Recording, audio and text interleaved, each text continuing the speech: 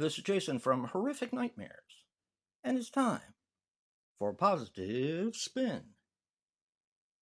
Now, in honor of this week, we've been talking about this series a lot, this franchise. So today we're going to be putting a positive spin onto The Stepfather. Now, my history with this film. I did not see this in the theaters. Back then, I was doing other things, and I didn't get out to the theater much, unfortunately. But I did rent it as soon as it came out. And being a fan of the first Stepfather and seeing the second one, I was very, very impressed with this film. I hadn't seen the third one because the third one is lost on VHS. Definitely check out my video for Stepfather 3. It's a seldom seen sequel. So I'm happy with this movie, and I watched it a lot. When I got into YouTube and you learn people's patterns and what they talk about, and to listen to most people, you would think this would be the worst sequel or the worst remake ever made.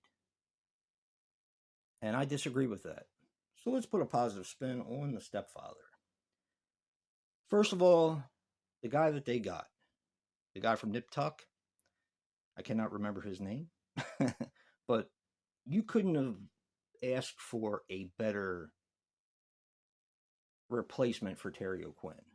Now, he could have come back, I guess, and done a reboot or a requel, but they weren't as popular as they are now. So we have the guy from Nip Tuck who is perfect. Not only can he play sinister, but he's got a certain charm about him that lends itself to the whole family man sort of aspect of where the stepfather lives in the whole psyche thing.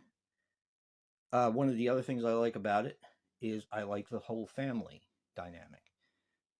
There's more than one kid, so if I remember correctly, the first one only had the Jill Sholin character.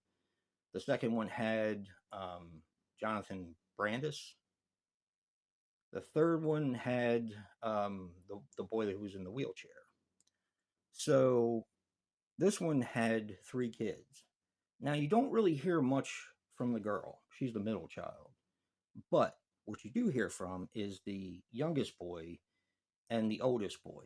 Now, the oldest boy had some trouble in his life, so he was sent to a military school. And of course, the mother is now getting a divorce from the biological father of these kids. And that's where the stepfather comes in. Just as charming and as corny as Terry O'Quinn ever was, and he just plays the part extremely well. Now, this is the unrated director's cut. I don't think I've ever seen anything but this cut. So that's what I'll be speaking of in this positive spin. Because this movie is brutal and it's violent. I mean, when he takes out the old lady across the street, watching her roll down the steps, I mean, it's brutal. It really is. The kills are really good in this. He's very convincing as an evil guy.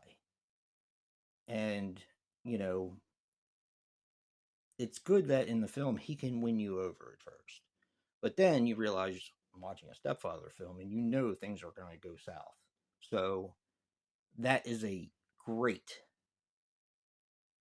way that he can do character, that he can play a character. So I also like the music. You have I think it's Band of Horses in there. And you have a remake of Happy Together at the very end. The music's really good in this film.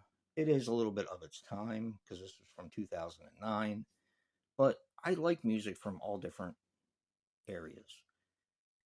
And then people are going to feel how they feel about Amber Heard.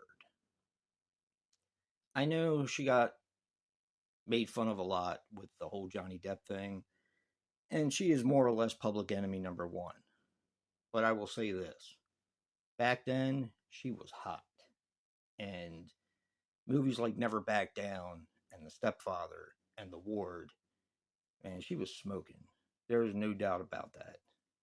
Now you can kind of see the cracks in the porcelain. But back then, hell no. She was gorgeous. So you have that. You have her in a bikini. You have her in very little clothing throughout most of the film. So that doesn't hurt anything. I think the family dynamic is realistic. And I think that if I was going to make a remake of The Stepfather, this is how I would go about doing it. Now, like I said, that probably doesn't earn me any points because most people seem to hate this, and I don't know why. I know I said this on my video for Stepfather 3, but what do people want? How could this have been better? I'm actually curious because, every movie has its problems. And, there's things in this one that could have been done a little bit better. No movie's perfect. But the way people talk about this, it's like it was a total disaster. And I'm not buying it. So, I'm asking you guys, how could this movie have been better? Was it the casting? And I don't want to hear anything about Amber Heard because, like I said, back then, she was smoking. Now, I get why people don't like her, but that wasn't the case back then. She was in demand. So, like I said, I want your opinion. I'll listen to it. But just remember to keep it nice. I'm genuinely curious of how this movie could have been done any better.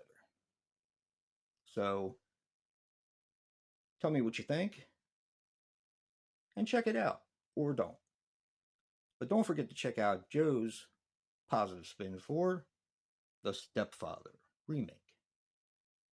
Remember, guys, physical media matters. And until next time, peace.